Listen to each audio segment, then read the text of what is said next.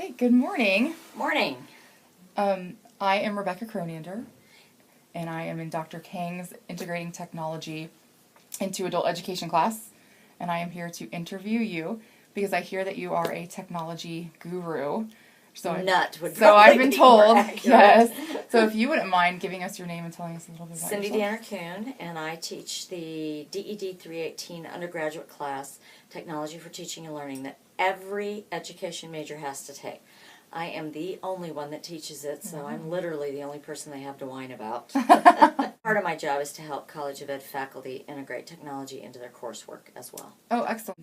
So being that you teach that course, what is your maybe favorite type of technology or most frequently used, or something that you tell students is just kind of a must-have? Well, right now I would have to say it changes frequently. Right. Because technology is a moving target at this point. But right now I would have to say an iPad. More schools are integrating iPads than any other device ever in history at a faster pace. This last year, more iPads were sold to schools than laptops, desktops, or any other device combined. Wow. I mean, probably in the nation, more than 50% of the schools are using iPad in some way, shape, or form.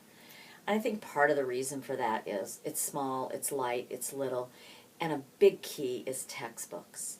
They can put all of their textbooks on it. They can take notes in those textbooks. They can highlight in those textbooks. They're cheaper. So instead of a kid, I read a study recently that said that the average middle schooler's backpack weighed 26 pounds. Well, the only person that's going to benefit from that is a chiropractor someday, because they're all going to have back problems. So what if we could put all of their textbooks on their iPad, and that's the only thing they had to bring to class, because they can not only read, they can create.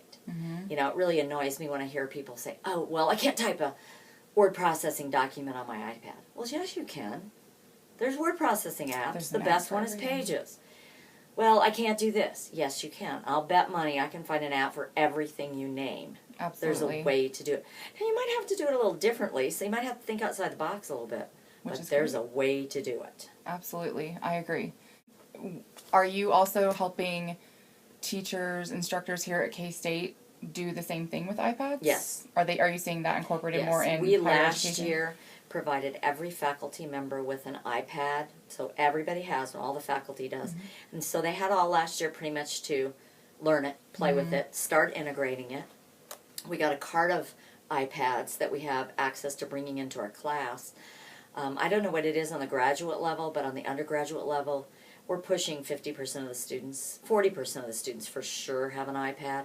I mean, that's judging from my class. Right now, I've surveyed them, so I know 50%'s pretty close accurate, but I would say college-wide it's about 40%. But we're about to implement, sometime in the next couple semesters, there will be an iPad requirement for our students. It'll be different on the graduate level. I don't know what's going to happen there, but on the undergraduate level, because one, that's what public schools are using, so we need to be exposing our students to that. And two, in the long run, it's going to save them money because of textbooks. We kind of surveyed all of our instructors, and about 90% of the textbooks we're using undergraduate in the College of Ed are available in digital format on the iPad.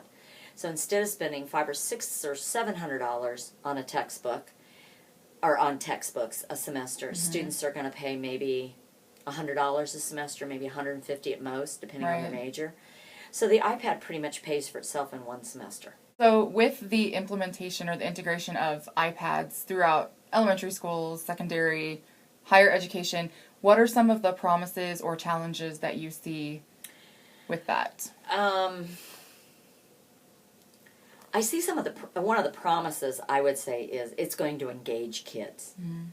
And the teacher isn't going to have to do a whole lot of instruction. How many kids do you see in the grocery store, a 2-year-old playing with mom and dad's iPhone, and they have no instruction, they just know how to do it? So teachers have to get over the idea that we have to teach them how to do everything step by step, because kids are going to figure it out.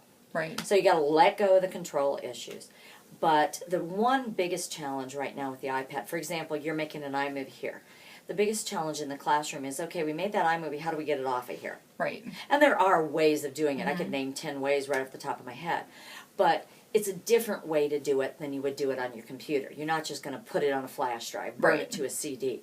you know, you're going to use some other sources like Dropbox maybe, or you're going to upload your video to YouTube. And the minute you say YouTube in education, people freak out. Well, have an unlisted private YouTube site. Then nobody Right. can get to it that you don't want to get Exactly. to it. There are ways to do everything. And there's also TeacherTube. I mean, there's... Have done it. Right. So you many can different always ways. find somebody to help you. Absolutely. So I think you have to embrace it, and those teachers that aren't embracing it are going to get left behind.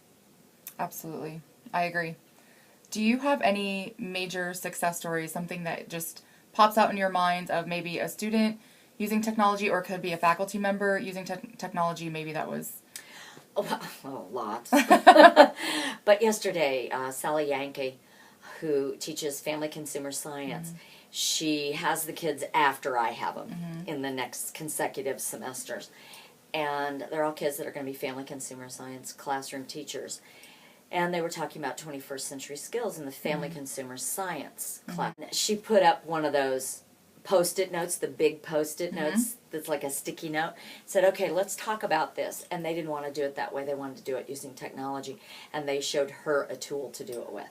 That's awesome. And I was like, yes! And she came to me, interrupted my class to tell me this, which was great because it was perfect evidence for my own students that, Right. see, I'm not lying to you. Right, exactly. You're going to have to use this stuff later. Absolutely. So those kinds of things are exciting when an instructor comes to me and says, man, your students did this great project. They learned how to do it in your class, but all I had to say is do it. And they did it.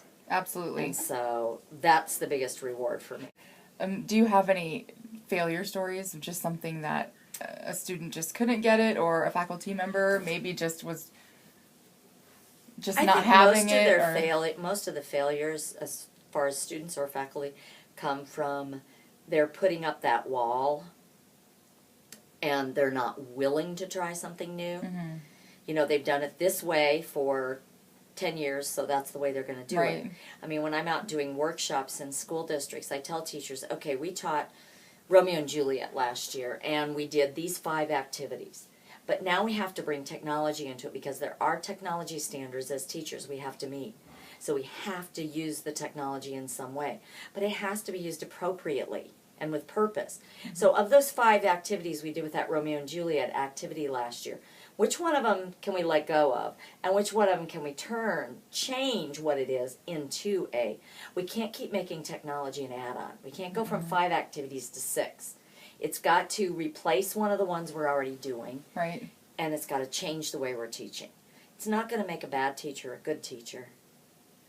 But it does engage kids. And so teachers have to buy into the fact that this is the world these kids are going to live in, and we've got to embrace it. Right. You know, if we don't, we're going to have a mess on our hands someday. Do you feel that the same thing applies to adult education? Absolutely. I mean, there are instructors up here that embrace it and are doing amazing things, and there's others, they see me coming down the hall, and it's like they've got their crosses. I'm like, oh my God, get her away from me. Because I'm really having to push some of them to try things. Usually if I can get them to try one thing in their class, they're hooked. But it's just getting them to try that first thing. Right. And just because they're making PowerPoints does not mean they're using technology. If I had my way in life, all PowerPoints would be banned.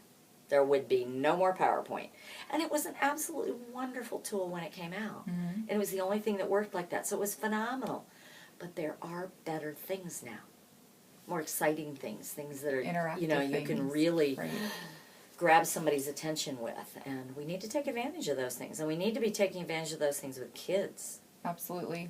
So that by the time they become adult adults, learners, right, that it's not a big deal. Right. You know, and I think if, you know, as adult learners, if you're going to enter a graduate program like this, or you're going to be working with other adults, you're going to have to get with the program, whatever it is, or you're probably not going to keep that job very long, whatever that job is. Absolutely. You know, when I get if I got a job in a store and there's a fancy cash register there that's an electronic one, yeah, I pretty much don't have a choice. I'm going to have to learn to use it.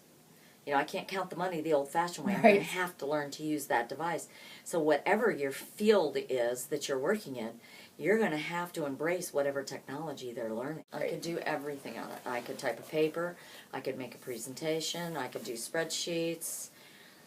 I can organize and store and do my photos. I can do journalism, journaling. I can make movies, I can read books, I can take notes in my books, I can highlight my books, I can make sticky notes, I can make flashcards, I can study for tests, I can, about anything you could name, I could tell you a way to do it on your iPad. I appreciate your time. You're welcome. Thank you so much. You're welcome.